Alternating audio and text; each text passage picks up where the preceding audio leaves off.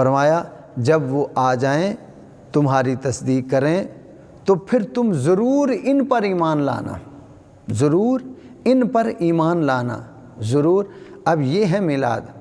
فرمایا کہ تمہاری نبوت چمک رہی ہو، تمہاری رسالت چمک رہی ہو، تمہاری کتاب چل رہی ہو، تمہاری تابعداری لوگ کر رہے ہوں، تمہاری اطاعت کر رہے ہوں، تمہارا نظام چل رہا ہو، اور پھر میرا رسول آ جائے۔ یہ آنا ہی تو میلاد ہے، آنے کو ہی تو میلاد کہتے ہیں، پیدا ہونے کو ہی تو میلاد کہتے ہیں۔ پھر میرے محبوب صلی اللہ علیہ وسلم تمہارے پاس آ جائیں، ان کا میلاد ہو جائے۔ تو فرمایا اب اس آیت میں بہت ساری باتیں ہیں مگر میں شارٹ عرض کروں گا۔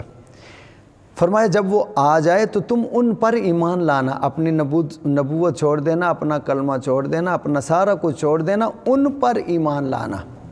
اب اس سے پتہ یہ چلتا ہے کہ ساری دنیا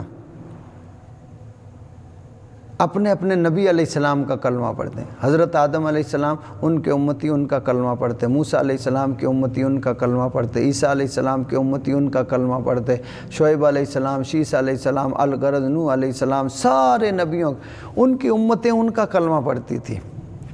اب یہاں سے یہ پتہ چل رہا ہے، فرمایا جب میرے محبوب صلی اللہ علیہ وآلہ وسلم تشریف لے آئیں تو تم ضرور ضرور ان پر ایمان لانا، یعنی ایمان لانا۔ اب جب ایمان لائیں گے تو پھر کلمہ کس کا پڑھیں گے؟ نبی کریم صلی اللہ علیہ وآلہ وسلم کا کلمہ پڑھیں گے۔ اللہ اکبر۔ پھر آقا علیہ السلام کا کلمہ پڑھیں گے تو فرمایا پھر ضرور ان کے ساتھ شامل ہونا، ضرور ان کی خدمت کرنا، ضرور ان کی خدمت کرنا۔ اور فرمایا اب یہ میلاد کا ذکر ہو رہا ہے، اس میں ہر کسی کو نہیں بلایا، صرف انبیاء کو بلایا ہے، صرف انبیاء کو۔ اچھا اس سے یہ پتہ چل رہا ہے آقا علیہ السلام کے میلاد کا ذکر جب ہوتا ہے ہر کسی کو نہیں بلایا جاتا، صرف وہی خاص لوگ آتے ہیں جو اللہ کو پسند آ جائیں۔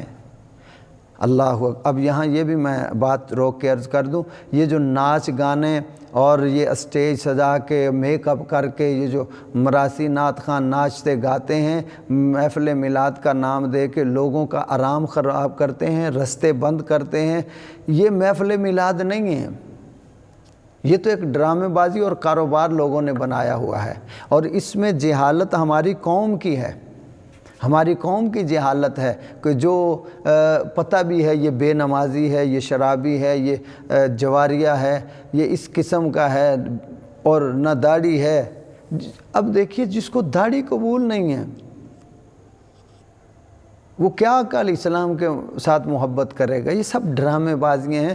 میں اپنی قوم سے کہوں گا کہ ان ڈرامے بازوں سے اپنا پیسہ بچاؤ، اپنے آپ کو بچاؤ، اپنے آنے والی نسلوں کو بچاؤ۔ اور یاد رکھو جتنا اسلام کو اور مسلک اہل سنت کو ان جاہل نعت خوانوں نے، ان جاہل پیروں اور جاہل نقیبوں نے نقصان پہنچایا ہے، اتنا نقصان کسی کافر نے بھی اسلام کو اور اہل سنت کو نہیں پہنچایا۔ جتنا نقصان ان نعت خوانوں نے، ان جاہل پیروں نے، ان جاہل نعت خوانوں اور جاہل پیروں اور جاہل نقیبوں نے اسلام کو اور مسلک اہل سنت کو پہنچایا ہے، اتنا نقصان کسی کافر نے بھی اسلام اور مسلک اہل سنت کو نہیں پہنچایا۔ کیونکہ اسٹیج نبی کریم صلی اللہ علیہ وسلم کا منبر کہلاتا ہے۔ اب اسٹیج پہ جو کھڑا ہوگا وہ ایک نمونہ ہوگا۔ آپ خود مجھے بتائیں، میں سوال کرتا ہوں کہ اگر ہمارے اسٹیجوں پہ ایسے بندر ناچیں گے اور لوگ سنیں گے، کافر دیکھیں گے، تو کیا وہ کلمہ پڑھیں گے؟ کوئی کلمہ نہیں پڑھے گا، کوئی کلمہ نہیں پڑے گا۔ جب ان کی ڈرامے بازیاں اور ساری رات دڑنا ہو رہی ہے اور کوئی گلی میں، محلے میں، گھروں میں لوگوں کے بچے بیمار ہیں، کوئی بوڑھا ہے، کوئی ضعیف ہے، کوئی تکلیف میں ہے، کسی نے دفتر جانا، کسی نے منڈی جانا، کسی نے اسکول جانا، کالج جانا، یہ 10 بجے جب لوگ سونے کا ٹائم ہوتا ہے یہ شروع کر دیتے ہیں، اور صبح جب نماز کا وقت ہوتا ہے پھر یہ محفل ختم، اور پھر نہ نماز، نہ روزہ، نہ ذکر، نہ فکر، کچھ بھی نہیں ہے۔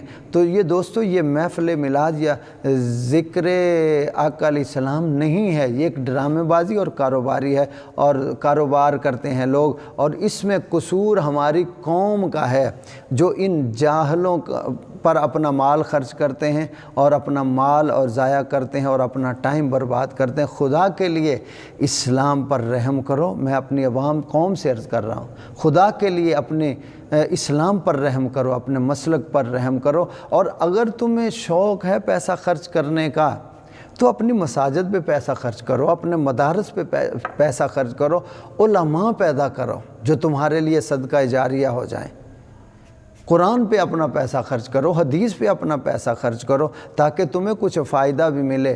اور جو لوگ اس طرح کہ نعت خوانوں کو بلا کے اور ڈرامے بازیاں کرتے ہیں، اللہ کی قسم انہیں ایک ٹکے کا فائدہ نہیں، بجائے ثواب کے وہ گناہ کماتے ہیں۔ وہ لوگ محفلیں کرانے والے بجائے ثواب کے گناہ کماتے ہیں، کیونکہ وہ لوگوں کا آرام برباد ہوتا ہے، لوگوں کو تکلیف دی جاتی ہے۔ تو اسلام تو وضو کرتے ہوئے پانی ضائع ہو تو اس کی اجازت نہیں دیتا، سر کا مسح کرنا ہو تو ٹوٹی بند کر کے اس سر کا مسح کیا جائے، رستے میں کانٹا پڑا ہو تو اسلام کہتے اسے اٹھاؤ، تمہیں نیکی ملے گی، تمہارا درجہ بلند ہوگا۔ تو کانٹا اٹھانے پہ اتنی نیکی ہے، اگر کانٹے بچھائیں گے لوگوں کے سامنے تو کتنا گناہ ملے گا۔ تو میں عرض یہ کر رہا تھا کہ فرمایا تمہارے پاس وہ رسول تشریف لائے، تو یہی تو میلاد ہے۔ فرمایا جب وہ آئیں تو تم نے ان پر ایمان لانا ہے، ان کا کلمہ پڑھنا ہے۔ تو ساری امتوں کا کلمہ اپنے نبی علیہ السلام کا ہے، ٹھیک ہو گیا، مگر ساری امتوں کا کلمہ وہ ہے کہ وہ اپنے نبی کا کلمہ پڑھتے ہیں، جیسے لا الہ الا اللہ، عیسیٰ روح اللہ، لا الہ الا اللہ، موسیٰ کلیم اللہ، لا الہ الا اللہ، ابراہیم خلیل اللہ، یہ میں نے مثال دے دی۔ اب سارے نبیوں کا کلمہ کیا ہے؟